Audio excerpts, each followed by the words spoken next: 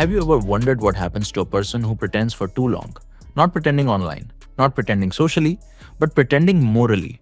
What happens when survival demands deception, when duty requires violence, and when the line between right and wrong isn't crossed once, but erased slowly, decision by decision? Today's story isn't about heroes and villains, it's about erosion. I'm Chaos with X, and welcome to FAQ Saga, where psychology, culture, and knowledge connect. And today we're stepping into Dhurandhar. Not to review it, not to praise it, but to understand what it reveals about the human mind when it is placed inside prolonged conflict. There's a quiet lie we like to believe about heroes, that they know who they are, that they never doubt the line between right and wrong, that when violence happens, it happens cleanly for the right reasons. Dhurandhar begins by tempting us with that lie. It opens in a world of intelligence briefings, coded language, and unspoken threats. A man is chosen because he is disciplined, controlled, and capable of disappearing. He is not introduced as someone emotional. He is introduced as someone useful. Someone who can be trusted to become another person and not lose himself in the process. At least, that's the assumption. He crosses borders not just geographically, but psychologically. His new identity isn't a disguise he puts on, it's a life he must inhabit. New name, new loyalties, new rules. And at first, he treats it like a job. Something temporary, something necessary. The human mind loves that word necessary because the moment an action becomes necessary, it stops feeling like a choice. He tells himself this violence is strategic, these lies are protective, these betrayals are calculated, and for a while that logic works. The mission progresses, trust is earned, doors open, information flows. But something subtle begins to change. He stops performing the role and starts living it. Psychologically, this is where the real descent begins. The brain isn't built to hold two moral frameworks at once for long. When actions and beliefs collide, the mind doesn't break, it adapts. Each morally uncomfortable act creates tension, and instead of stopping, the mind resolves that tension by rewriting the rules.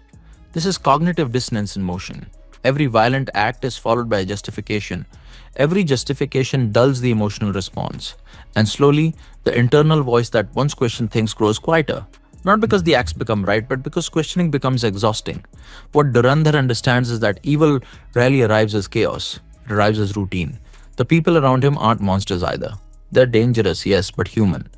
They joke, they argue, they grieve, they believe in their cause with the same certainty he believes in his.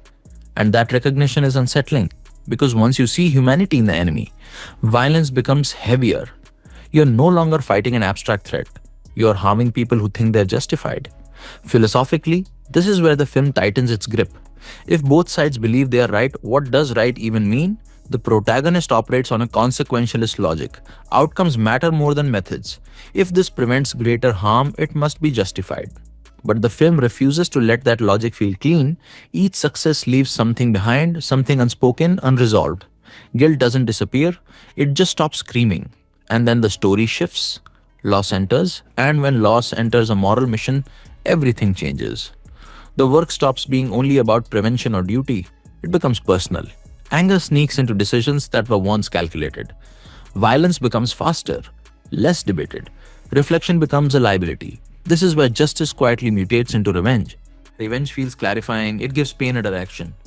But philosophically, it's dangerous because it collapses the world into a single narrative, me versus you. At that point, morality stops being a question and becomes a weapon. Existentially, the protagonist is still free. He chooses every action. But that freedom becomes a burden.